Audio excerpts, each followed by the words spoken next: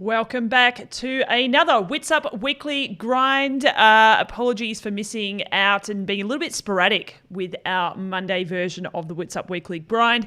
There's just been a lot going on, which has made it hard to always commit to this time slot. But I apologise, and I'll do my best to stay on track and say no to other things. Apparently, it's okay to say no, and I'm learning. I also have popcorn in my teeth. So I hope I managed to get it all out before we started this. How are you doing?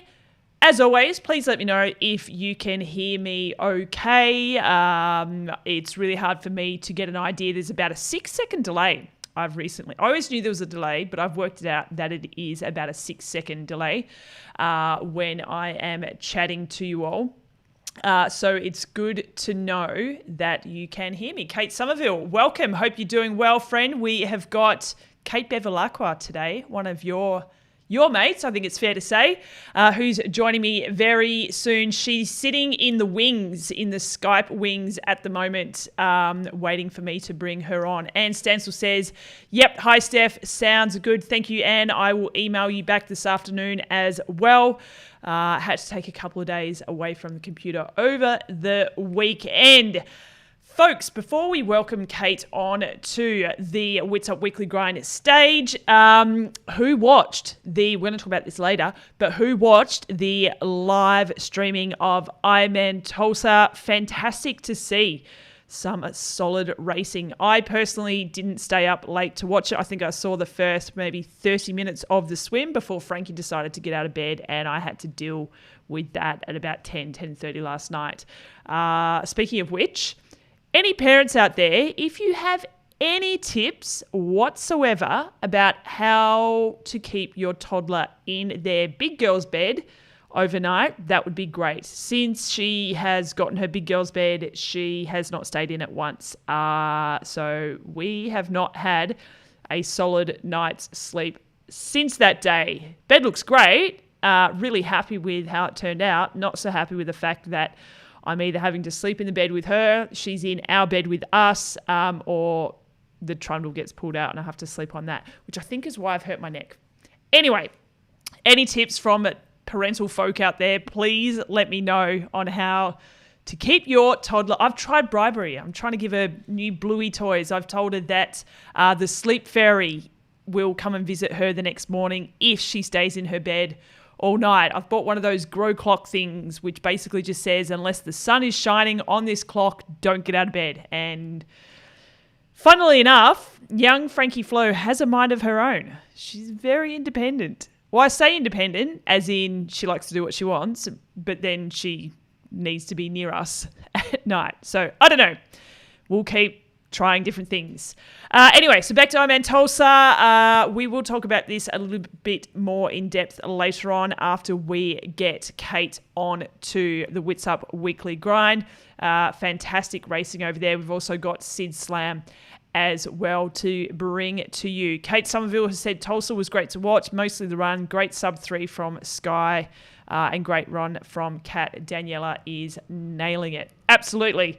And again, we'll talk about that a little bit more later. Before I welcome Kate Bevilaqua onto the show, if you are a Patron member, you would have received some information, and we've been posting it on social media, that tomorrow marks our 100th episode of the Witsup podcast. Now, our very first guest was Marinda Rini Carfrey, so I've asked her to come back and join me for our 100th episode, which is a pretty special event. But if you're a Witsup Patreon member, you can join us as we are recording that podcast while we are simultaneously live streaming it. So if you're a Patreon member, make sure you jump on the Patreon page, or you would have got an email notification about what's happening with the live streaming, which means that you can join in and ask her a few questions as well as we have a chat tomorrow. That starts at 9:30 a.m. Australian Eastern Standard Time. So for our friends in the States as well, you'll be able to tune in too. But you must be a Witsup Patreon member. I'm going to leave a link above, and you can sign up if you're not already a Patreon member for as little as $5 a month, and it just supports what we do here at Witsup. Pretty special occasion to be able to have about 60 to 70 minutes of the multiple world champion Marinda Rini-Carfrae right at our fingertips, via the interwebs. So join us tomorrow if you're a Patreon member. If you're not, sign up. Okay. Shall we welcome the star of the show? No one's here to listen to me rabbit on. Let's welcome, if I can find where she is, there we are. Let's welcome Kate Bevilaqua to the show. We're going to give her a call. Just went a little bit bogan then. Going to give her a call. Let's give this just a second until she pops up on our screen. Popping up any second now. Skype is just taking its sweet time. Come on. Oh, of course it is. Just give us a second, folks. There she is. I'm here. How are you doing? I'm good. I thought I better just I was watching the video, so I thought I better turn off you there because I'm going to be talking to you here. And it's very confusing because there's like a 6 or 7 second delay. Yeah, there is. I can even feel it now when I'm talking to you and moving my hands. I'm moving them, but they're moving later on the screen. I think we're actually going to get a little bit of feedback. Have you got anything else? No, I think we might be okay at the moment. No, we're good. Yeah, we're good. Okay, folks, this is Kate Bevilaqua. Let's do a round of applause. If I had my sound effects. Wait, hang on a second. Hang on. Wait. Welcoming Kate Bevilaqua. You can't hear that, but it's actually happening. Now, Kate, my friend, it is great to see you and talk to you again. You have recently been crowned the Ultraman Australia champion. Now, you're not new to Ultraman racing. You've done a few in your time and done them quite successfully. Two others. So, okay, this 3 means a few, right? Yeah. Let's start with, how have you pulled up from a monumental 3 day? Do we say 3 days or 2.5 days? No, 3 days. We'll say 3 days. Yeah, I would say 3 days. You get 12 hours, each day to do it. So I would say, 3 days. But in regards to how I've pulled up, I not too bad. Tired, definitely tired. But physically wise, a bit of general muscle soreness, but even my husband Guy said to me recently that he was surprised that I seemed to have pulled up better than I had for the previous 2 that I'd done. We don't know if that's due to, maybe being a little bit fitter and doing things a little bit differently for the event. That helped, meant I wasn't so bad afterwards. Right. But, I'm happy with how the recovery is going. So talk me through, and you have done a couple of Ultramans before, but I felt that was kind of in conjunction to still racing as a pro triathlete over the full and the halves and everything. But I feel like that's been pushed to the wayside now, and this is more of your focus plus some of the ultra running. Is that fair? I think that really our world circumstances in the last 12 months sort of, there wasn't really a lot of opportunities to be doing any events or to travel to any events. So I didn't think I would do another Ultraman event after. The last one I did was the World Championships in Kona, and that was 2016. And I thought that may have been it. But then I did that, so 5 years ago. But then knowing that there was one in Australia, I thought it would be a great opportunity to do one in my home country. So I had signed up to race in 2020 and had done a pretty good build for it. And then obviously due to COVID, it got cancelled. And then I found myself, doing some of the trail running and some ultra running events during the course of last year. And then over the summer, we had lots of local racing on in Western Australia, which was great. So I was able to jump in and do that. But I just did find it difficult to commit to the event again because I knew what it required and I was concerned about doing the work, like everyone is at the moment, doing the work for an event and then unfortunately being cancelled or postponed. So I struggled with that for a while to make the decision to actually do it. So at what point did you actually go, right, I'm all in, let's get this done? And how did Guy respond to that? Yeah, poor guy. So I had signed up for my first road 100K at the end of January. And so I said to Guy, as soon as that was over, I had to make the decision. Like, 1st of Feb, I was either in or I was out. And I'd said to him, well, I've been doing a lot of running, so I've got that behind me. And I'd been swimming regularly, as per normal. I would just have to bump up the cycling. So I said, all right, I'm in. And I could tell he was like happy and excited on the outside, but I can tell on the inside he was just crying. He was like, oh no, like, because he knows he does the riding and the swimming with me, not the run volume. And then, what it takes emotionally, not mentally, because he's, the big part of it for me to get through it, and the crewing. So I could see that all ticking over in his mind. He's going, yeah, I'm glad, but I'm not really that glad. Oh gosh, I think that's one of the key. Well, with any kind of endurance racing, it's very much the team around you, but obviously in training they have to be there. But race day itself, you can't do it without a crew. Like, you actually literally can't do it. No, not with Ultraman. You can't. Like, the crew they're just so important. Like, you can't do it without them. And there was a lot more additional challenges for this event, which I think that, well, for anything at the moment, again, in regards to the COVID and the world situation. So, 2 weeks before the event, unfortunately, Perth went into lockdown. So 2 weeks out, the borders were closed, and I'm like, I'm not going to Queensland. It was on, and now 2 weeks out, it's off. And then 1 week out, we were down in Busselton at the 70.3, and Guy was racing and I was commentating. And 4 o'clock that afternoon, Mark McGowan got on and said we had another community case. I'm like, oh man, like, we are in so much trouble. I dragged Guy away from our GK tent. I said, we are leaving now. We went to our accommodation, packed our stuff, drove back to Perth, packed everything for Ultraman, and got on a plane. I said, I just have to get to Queensland. Oh, I didn't know that. I was a week out. I was just like totally stressed out. Didn't even know if I was still doing it or not. Are we going to be allowed in the state? It was just a nightmare. Oh gosh. And obviously getting back has been okay as well.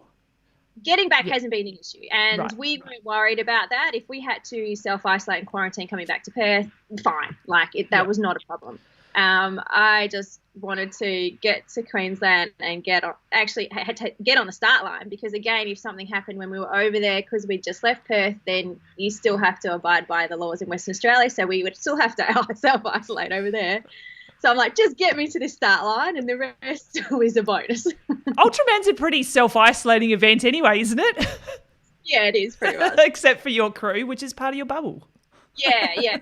So anyway, that was a little detour from the crew part, because then I'm like, well, I can't ask people from Western Australia to come over, because then if they get caught over in Queensland, or if they got caught over in Perth, having to isolate when I got back in Perth, I would feel terrible about that. So obviously Guy he didn't have a choice. Luckily, Mel Urey in Victoria was like, look, I'm available. I'll quite happily come and crew. And I was like, yes, please. And then Ruth Chang, my best friend who's crewed for my other two as well, she said, I'm going to leave it to the last minute. If I can get over there, I will. And she flew over on the Thursday, and I was lucky to have her too. Oh, amazing. Oh, hang on. I just lost you for a second. Oh, there you are. I want to ask, and we're going to get down to the nitty gritty of the weekend, but as a coach, you would have had to have dealt with a lot of ups and downs with people as races have been cancelled. People have been working hard for events, and I guess dealing with those emotions. I imagine you would have had to have been a sounding board for a lot of people, which would be exhausting for you as well. How did you approach dealing with athletes in all these uncertain times? And then did you take any of your own advice when it came to preparing for Ultraman in terms of that sort of unknowingness? Unknowingness? That'll do. As to whether the event will go ahead.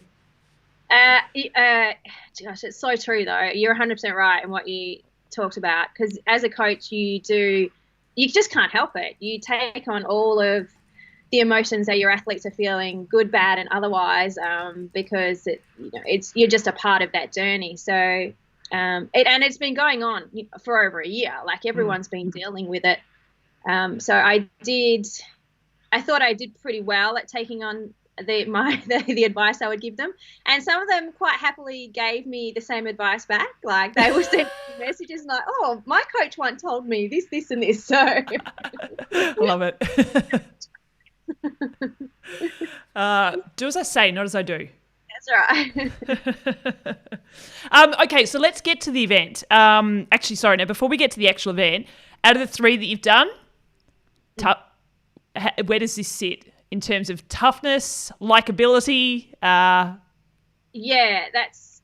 they're all very different, and I went into all 3 of them with different preparation. But this one would be at the top of the list because I feel that it was the first time I've been able to put together 3 consistent days, and I hadn't been able to do that before. There'd always been, one day that was just below what I was hoping or expecting to do. So this one for sure would be up there. Yeah.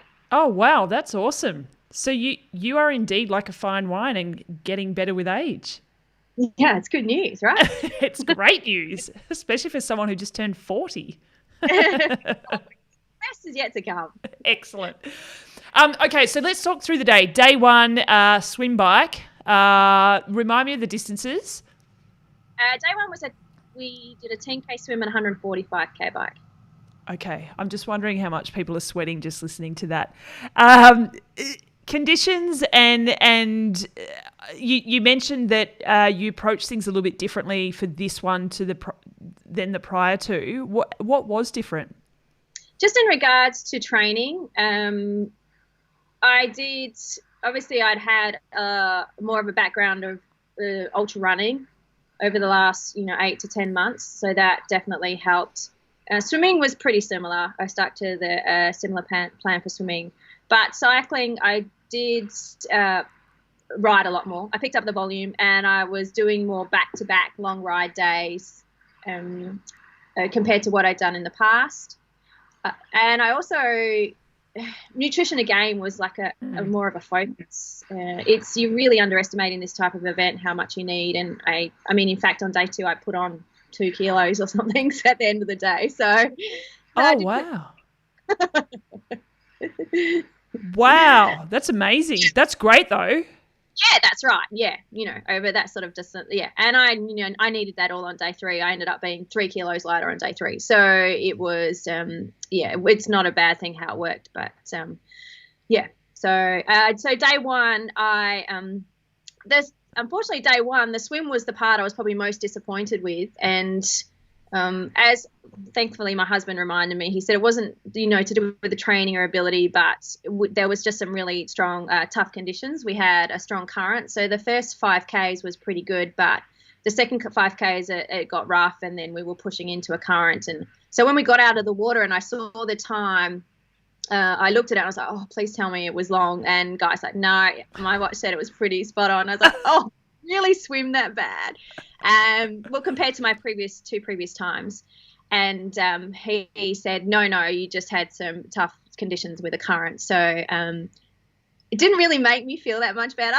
I started riding and I'm like, I had a few expectations in mind, and all of a sudden I've lost 10 to 15 minutes in the very first part of the event.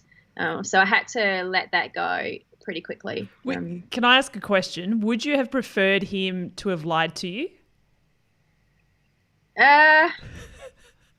Probably not, because in all other people's watches, we were all talking about it afterwards, and they all would have said that it was closer to, oh no, it was pretty good 10K. So then I would have said to him, well, what are you doing? Oh shit, I love it. Hey, just quickly, we've got a couple of questions just coming in. Anne has just said, what was your peak volume for each discipline to prepare for Ultraman? Yes, I did it. I tried to generally have consistent back-to-back weeks. It wasn't that I sort of peaked out. I did peak out with a single long run and ride. I did the 100K in January, but generally I'd peak out around 50 or 55Ks on the run for my longest run. I was running around the 100Ks a week consistently. Mm-hmm. And cycling, my longest, I was doing a lot more rides over 200 Ks. My longest ride I was around the 230 Ks, but then I was backing up that with like 150 K, as if day 150 K ride, and then day 2, a 200 plus K ride. So I did that. My main focus was in the last 10 weeks, but I went for probably 3 or 4 weeks and then had an easier week or did like a race in Perth or something different, and then went for another, block of 3 or 4 weeks before tapering into the event. Swimming wise, I was trying to keep it at just around 20 Ks a week. Yeah, right. And that was still quite similar, apart from the bike that you spoke about, but quite similar to preps for the other two? Yeah, it was. Yeah. Yeah, right. I did do more of a taper into this race, which I think, again, as I found as I've got older, I've actually need more of a taper. My body needs more time to freshen up, recover for me to feel better. I can't go into an event anymore, with just a short, like 6 or 7 days. I still feel tired. Yeah, right. And do you find that with your athletes as well? As your athletes get a bit older, do you recognise sort of similar responses? Yeah, and it also depends what sort of work they're doing leading into it. Sure. Those that are able to take a little bit more volume, then we do require, they will benefit from a little longer taper. But those that they're not doing as much, then it's not such. They don't have to back it off as much. But yeah, it's all personal. Sometimes some athletes prefer to do a little bit more, and I used to, but I just can't do it anymore. Yeah, fair enough. Mel Marsh has just said, what were you actually eating for those extra 2 kilos? And I want to follow that up as well with, I've heard that by the time you finish, especially after day 2, it is just about getting anything you can. Like, this is not about good nutrition. It's just about calories in. Yeah. We think a lot of that had to do with a lot of fluid weight. Like, I was very conscious. Like, the weather was amazing. I mean, day 3 we had 27 degrees and the sun was shining. And so I was constantly drinking a lot. And if you ask a lot of other crews and athletes, my crew stops all the time. Like, I see them every few Ks. Rather than being, we'll see you in 10 Ks, it's like, no, 3 Ks down the road, they're there again. So I'm always grabbing something, always eating something. And I did have to, I've had this discussion with a few people. I did have to stop once on day 2 because I was busting for the toilet. And I've tried my entire career and I still can't wee on the bike. Like, I just can't do it. Even guys taking me out on long rides and we're descending and he's like, stop pedaling. And I can't do it. So I had to stop. So busting. Oh my goodness. Just on that, at Busso one year, I was racing and peeing on the bike, and this guy came up to me and sat next to me for a second and was like, started talking to me and saying, I've been trying to go to the toilet for ages. And I'm like, how's about you don't talk to me while I'm clearly pissing myself? Like, I'm all for the triathlon community, but come on, dude. Yeah. Oh, wow. Running's not a problem. I just cannot seem to do it cycling. Oh, you can pee running but not cycling? Yeah. Interesting. Yeah. Very interesting. Yeah. So that was the one quick stop I had to make. But, yeah, food-wise, every day, as soon as I was finished, like Ruth or Mel were there with a protein shake, I'd have that. Then I'd go to medical. Then I was in the car eating a protein bar, the 10 minutes it took to get to the apartment. And meanwhile, Mel her job was calculating everything I put in my mouth during that day. So she had a list of all the food, and then even if I drank half a bottle, then she would halve the calories. Then we'd look at my Garmin and we'd say, okay, you burnt this many calories. She'd calculate how many calories I'd put in. My immediate goal as soon as I got back to the apartment was to even those out. So I was back to normal. And then I started carbo loading for the next day. Wow. And did you find it, because, I mean, just from a normal iron distance, I struggle to eat, for quite some time, but you just don't have the choice. Do you struggle with it? Interesting enough, not after cycling. So because we don't have to run off the bike, like on day 3, even though it was the end of the event, I struggled to eat. It took me hours to actually put anything to my mouth because I didn't feel great. But day 1 and 2, you know, when you're getting off a bike, eating wasn't an issue. So I would normally then have, you know, a pasta or sandwich, or be able to have lunch, because you start at 5:30 and, you know, I'm done within between 8, you know, around 8.5 hours was the longest day. Yeah. And you know, then have snack, and then to have dinner, and then have desserts. And then before I went to bed, my crew always had like a glass of V8 juice, some pikelets with jam and butter on them, and some water next to my bed. So if I woke up during the night, which I always did, I was snacking before, and then going back to sleep. All right. You actually sound like a toddler. That's pretty much what Frankie wants. Just keeps waking up in the middle of the night and just wants food. Yeah. Pam has just asked, does your crew help out with getting you through any tough mental phases, or do you have your own methods for pulling yourself out of it? It's a bit of both, because like sometimes I can, but I mean, sometimes just seeing them there and cheering them cheering for you, and knowing that they've come over to support you, that can be enough. But my biggest one is really just looking back on the work that I've done, and knowing that I prepared myself for the event, and being like, hey, you've been here, you've been in this position, you've done this, you know, you're ready to put it all out there. Gives me confidence. The day three always scares me the most. Like, even though I've done a lot of running 84 Ks is just still, you know, I've done it a few times, still scares me. That morning of the event, of the run, I actually got on my laptop and looked at all the work I'd done over the last 6 months and the runs I'd done. And it gave me confidence, because I was like, oh, come on, like you've done a lot of work. Like, you are ready to do this, even though your body feels terrible right now. You'll be able to get through it. So just remember that. Yeah. What was your goal going into this event? So originally, when I'd signed up to do it last year, I was hoping to go for the world record, but then Dee Dee smashed that last year. A little bit. Smashed it. She went like 22:48 or something. And I was like, I'm not sure if I could get that on the Ultraman Australia course. But I still also wanted to, like, I'd never gone under 24 hours. So I wanted to go under 24 hours, you know, getting a course record would be great. And I also, if I could, wanted to run a PB for me too. Yeah, right. So I think it's fair to say that you're happy with your race execution. Oh, absolutely. Yeah. Like, people ask if I'm happy, and I'm like, definitely. The only thing I could have hoped for was, you know, maybe swimming 10 to 14 minutes quicker, but because that, it was like exactly more than I was hoping for. Yeah.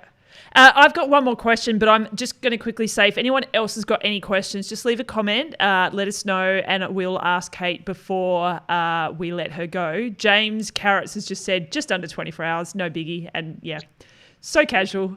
Whatever. While we're waiting for anyone else to leave any more comments, I'd love to know now that you've, I don't want to say tick, but now you've done this, which is essentially something that you've been building up for quite some time, obviously, because you wanted to do it last year. What is next for Kate Bevilaqua as a person and as an athlete? Yeah, some tough questions.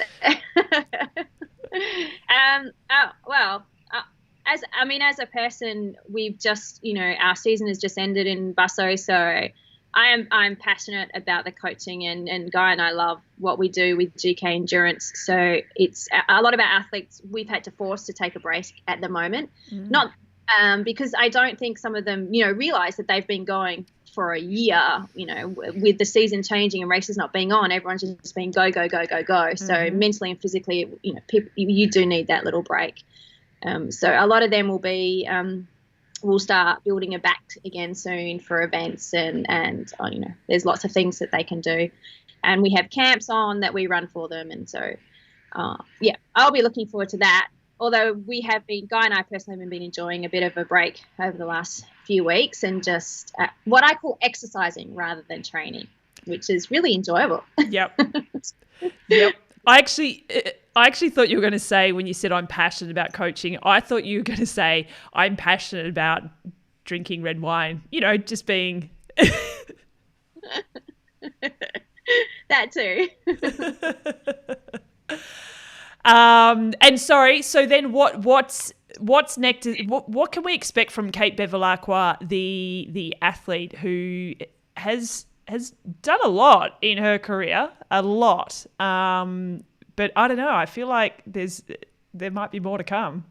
Yeah, and that's like I'm getting that question a lot at the moment, and I've been saying, it's just too soon. But I mean, as typical athletes, of course I've been thinking about it. And you're right. Like I'm what my career has brought me and what I've achieved, I'm super happy. And if I was to say, look, I'm going to retire now, I would be just stoked with what I've done. But I would never retire from the sport. Like triathlon, will always be involved in triathlon. Like I'm one of those athletes that when I don't race pro anymore, I'll be racing age group because I love it. Yeah. But in terms of events and what I'm going to do, I'm not sure yet. There's not that much opportunity at the moment, in Australia. I mean, obviously Cairns is on in a few weeks and I'm not doing that. But then if you look at the rest of the year, what we really don't have anything until December in Western Australia. So I think I'm looking forward to heading back to the trails over winter and doing some more trail events. And we, pretty much starting from August, September, we've got lots of local racing. In terms of big events, probably not for a year. I think, especially. And in terms of Ultraman, never say never. I don't know, but not next year anyway. Yeah, fair enough. So it seems like it takes a year to get over an Ultraman event. Well, the last one took me 5, so. Yeah. Oh, gosh. Hey, I just want to go through a couple of comments before I let you go, if that's okay. Kate Somerville has said she's a big fan of yours. Kate wrote a great race report, including nutrition stuff, and they can find it on your Facebook page, which is, yes. That's true. Yep. Fact. Yep. Anne Stansel has said such an awesome accomplishment. Congrats, Kate. There's a couple of comments about your passion for wine. Now, Fiona Livock has just said, I love this. I'm under 2 weeks from my first Ironman. I know it's nothing compared with Ultraman. It is. Yes. Yeah.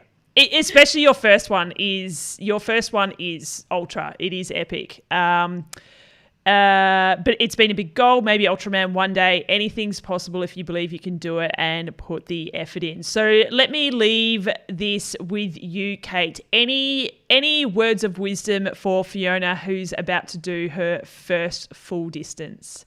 Oh, like honestly, I think the first one is the best. I wish you could have that feeling and that experience of your first Ironman every time, because after that, you have expectation, more expectations and more pressure on yourself, and it all changes. But to have that opportunity to do the first, just make sure you enjoy it. You slow down in that finishing line and you actually take it all in, and you at points along the course.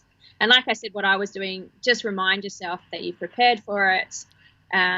You've put yourself in that position. And at the moment, gosh, anyone who's doing a race, we're just lucky to be doing it. Mm-hmm. We're lucky to be out there and doing what we enjoy, because there's still so many people that can't. And who knows if it gets taken away again. So just, soak it all in. Absolutely, could not agree with you more. And I think it was one of your athletes, Janine Kay. I don't know if she stole it from somewhere else, but I'm going to steal it from her. She said that race day is the victory lap for all the hard work you've done. Absolutely. Yeah, it is. Like the hard work is definitely is getting there and getting to the start line. So you should just be celebrating once you get there for the rest of the day. And I mean, honest, I find, for me personally, for some reason, I find Ironman a little bit harder than Ultraman. Because you're going fast, right, in an Ironman? Fast, and you also running off the bike. Running off the bike is way harder than having some sleep and getting up the next day and doing it. And and we have a support crew all the time. Sure, there's aid stations on Ironman, but you don't get your own things. You don't get your own food, your own drinks. You can carry them if you want, but I think it's not just an Ironman. It's like, no way. It's ever. And I mean, anyone who doesn't even do triathlon hears that you're a triathlete. A sprint distance is epic. Yeah. Like, it doesn't, if you pull together swim, bike, run in any distance, then that's incredible. Yeah, because it just means one sport isn't enough, so you're crazy. We're all a little bit loco, that's for sure.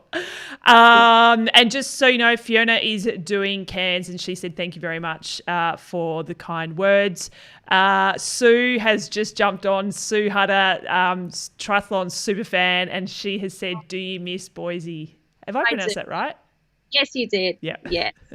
We do. We Boise's our second home. We've been there, I think we worked out, I've been 12 years in a row. I've been there for half the year. Until last year was the first year we didn't go back. And I miss the place and I miss the people, but we'll get back there eventually. But pretty lucky to be in Australia. Very lucky to be in Australia. Yeah, definitely. We are running a poll at the moment, so if you are watching, please let us know whether you would ever do an Ultraman, and we will pop up the results later on in the show. So far, 67% of people have said heck yeah. So love it. Look at you inspiring people as we go. Let's go, ladies. We need more ladies. More ladies. Definitely. And I need to get up to Ultraman Australia and actually cover the event. I really want to do it one year. It's just like everything else this year and the last year, it's been a bit tough. But maybe next year I'll get up there. Yeah, it's pretty awesome event. Yeah, it definitely looks like it. And just a slightly different vibe as well, which is cool. Yeah. Kate, thank you so much. I know I said this might be about 15 minutes, but you and I both knew it wouldn't be 15 minutes. It's all good. I've enjoyed it. It's been a lot of fun. Thanks for having me. Enjoy a bit of downtime. Say hi to Captain. Is it Captain Awesome? Yeah. Do you know what? I was about to call him Captain Awesome Pants, and I don't know why. It's not that. Do not say that to him, please. I think because there's a cartoon called Captain Underpants, and I think I just got confused for a second. I haven't slept for like a month, so... Okay, we'll let that one go. I'm definitely calling him Captain Awesome Pants now. Oh, no. Thank you so much. I'm going to love you and leave you and hang up, and I'm going to keep going on with the show. But great to chat to you. Take care, and we'll chat soon. Okay, bye. See you, mate. Well, there you have it, folks. Kate Bevilaqua, she's definitely a fan favourite, I think. Everyone loves Kate. We quite often get comments about Kate from an athlete's point of view, but also a coaching point of view. And if you didn't know, Kate is a coach for GK Endurance over in Western Australia. I believe they do online coaching as well. You don't have to live in Western Australia. She has got a plethora of knowledge and experience and is very well regarded within the industry. Excuse me. There's that bit of popcorn. So consider checking out Kate and Guy for any coaching needs that you have. Okay, the next thing we are going to talk about is Ironman Tulsa. But before we do that, I'm going to take a drink and try and get rid of this popcorn that's stuck in the back of my throat. And we're going to head on over to Sid Slam.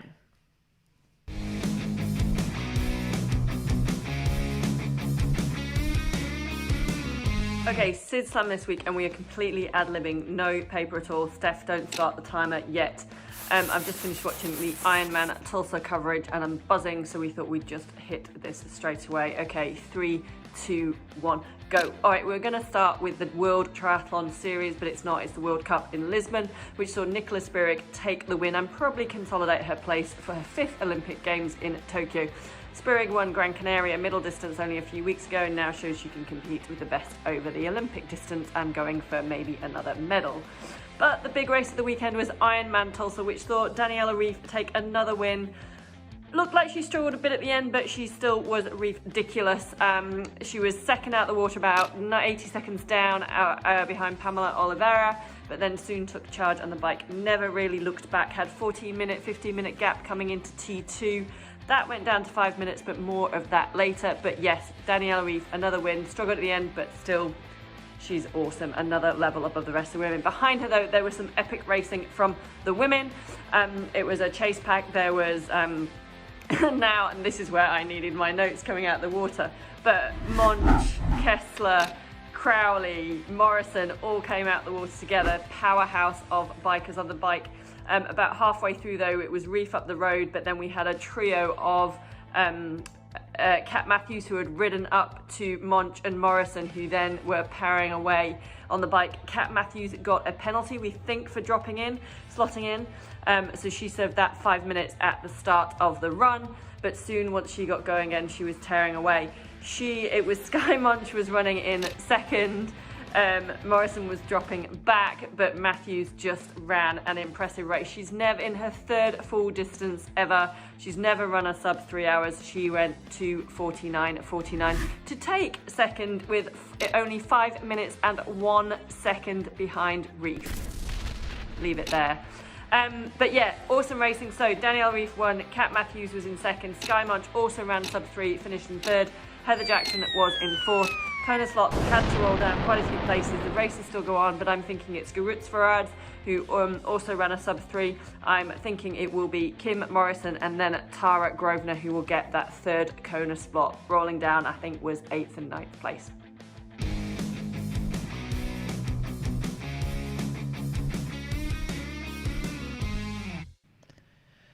Great job, Sid, once again.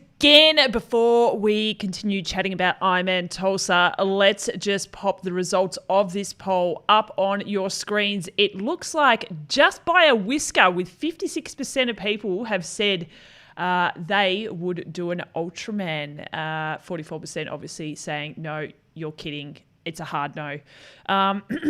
Let's see if that changes at all. Why not?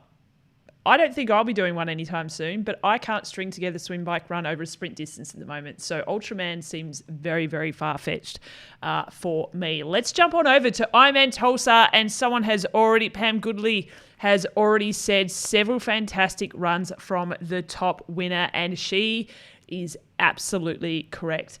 Daniela Ryf, 3:04.55. It's not a bad run at all, and let's not even go there because she won by over 5 minutes. But Kat Matthews, with a 2:49.49 marathon split is phenomenal. You will not find many women who have gone sub 2:50 over the full distance. Chrissy Wellington and Marinda Carfrae being two of those women. And I think that's it. I could be wrong. So don't quote me on that. But let me know. If anyone else has gone sub 250 from the women over the full distance, then let me know. Sky Monch ran a 2:56.57, and I saw her post on Instagram that it is, excuse me, it was a fantastic execution and her best iron distance execution thus far. So she was very happy with her third place. And Kat Matthews, still relatively new to the full distance. I actually saw her for the first time back in 2018 over her first full iron distance at Ironman Western Australia in Busselton, and she just continues to improve, and that performance is out of this world, an 8:45.35, and like Sid alluded to, just 5 minutes and 1 second slower than the champion Daniela Ryf, with a 5-minute penalty. So, I mean, we don't know what could happen, but, I mean, can you imagine? Imagine a sprint finish over an iron distance. That is hard yakka. Is hard yakka just an Australian saying because it's a brand of like tools and farm equipment and stuff here? So if I say to you hard yakka, do you understand what that means if you don't live in Australia? I don't know. There's another question for you. Heather Jackson went sub 3 and, of course, sub 9 in total as well, with a 2:59.45 marathon and an 8:57.58 overall time. Garutz Farades ran a 2:52.53, which is absolutely smoking as well. And that was the second fastest marathon split of the day. And the list keeps going on. What we are seeing at the moment, because there's not that much racing, we are seeing a lot of depth in the fields at the moment. Clothing, Steph. I don't even know what I said that means. Oh, clothing, hard jacket. Is it clothing? Oh, no, I'm thinking of Caterpillar. That's a brand that does tools and equipment. Hard yakka is clothing in the building space. I don't know. Pam has just said, yes, it must be an Australian saying. Thank you. Don't even remember what I said 2 minutes ago, which is why I'm trying to figure out what the comments mean when I'm talking to you. So anyway, we're seeing some top quality fields in most of the races that we're seeing at the moment.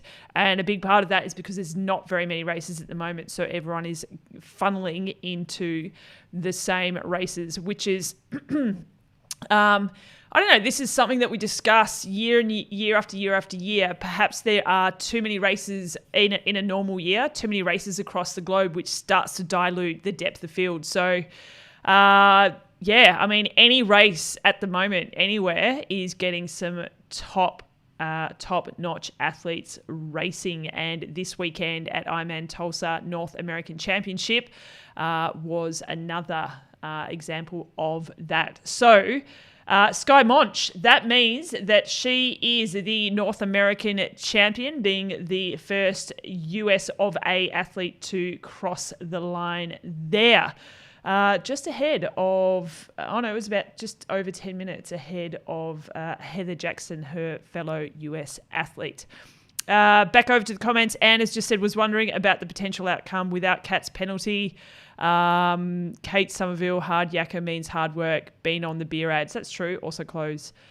Kate has also said 5 Kona slots for the men, 3 slots for the women. Thank you very much. And back to Anne Stansel's comment about the potential outcome without the penalty.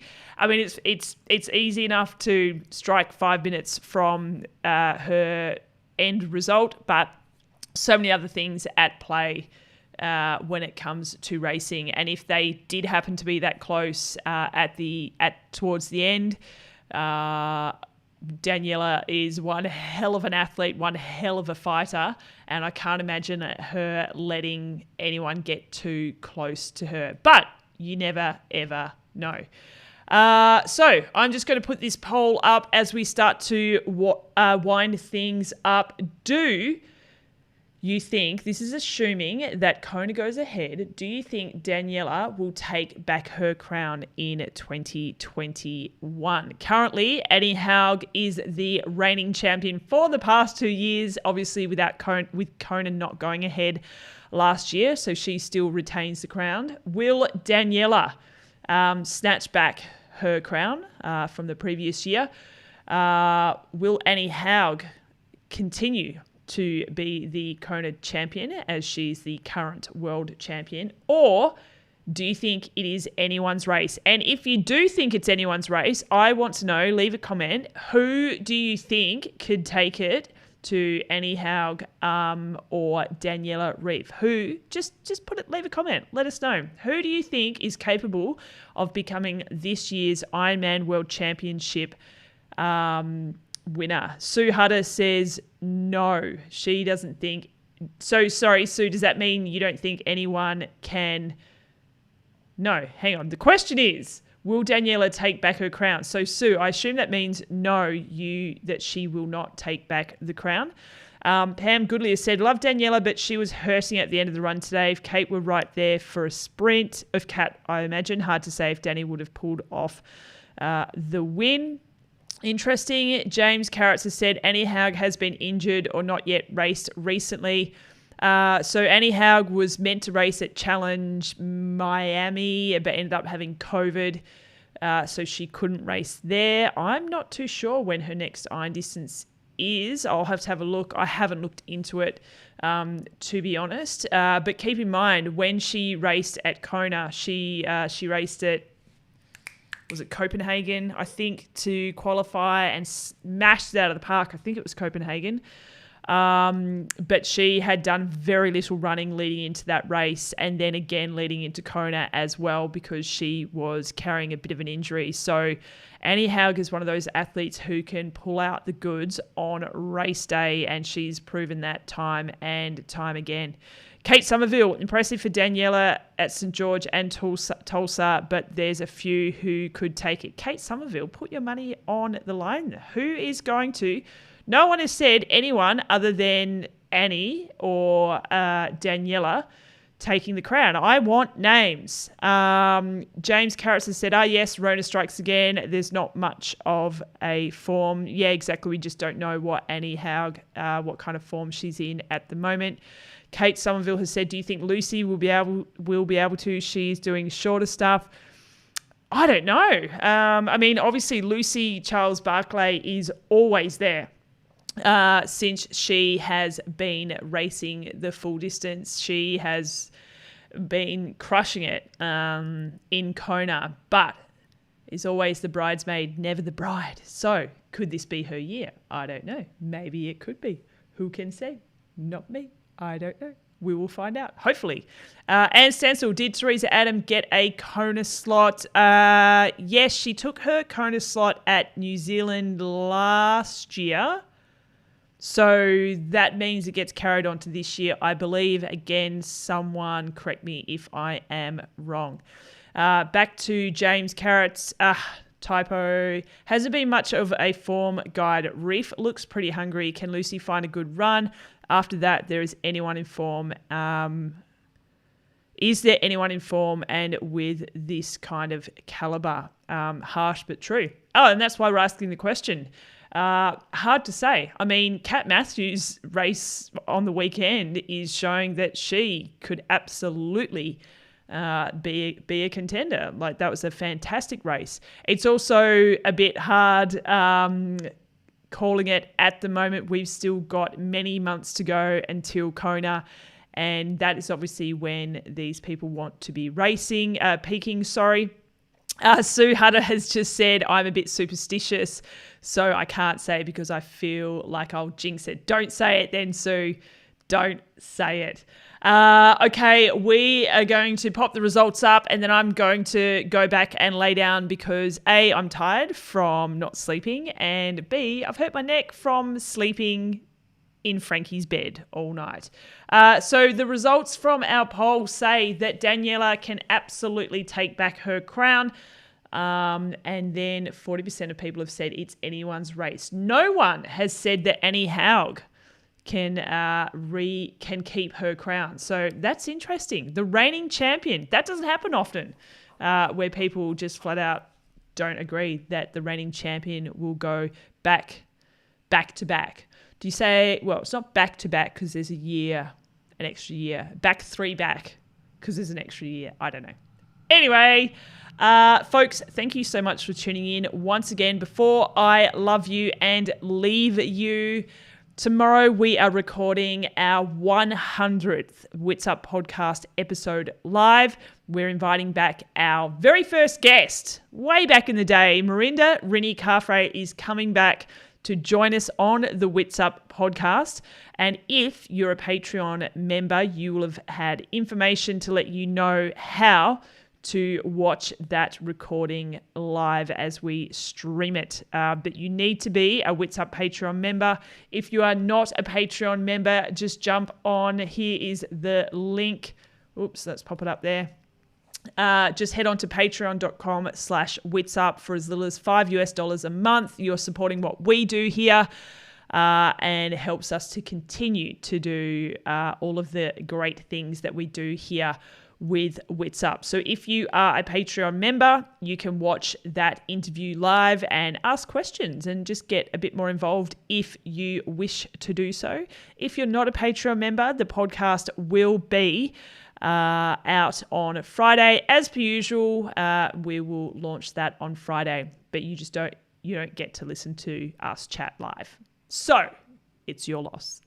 And just before we go, Carrots has just said maybe Rinny will be a Kona Smoky. You never know.